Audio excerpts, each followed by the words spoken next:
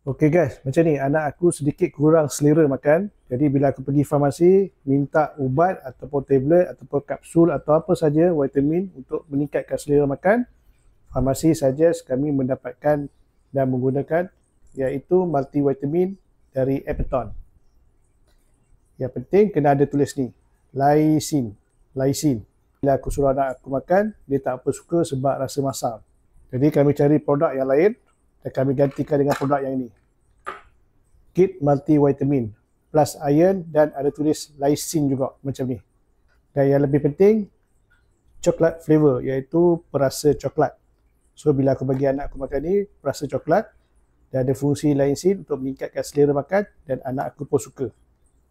Okey, jom kita tengok dalam.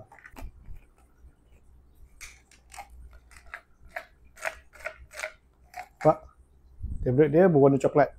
So kalau anak korang ada masalah kurang selera makan, pastikan korang dapat tablet yang boleh dikunyah dan ada tulis lysine macam ni dan berperisa coklat.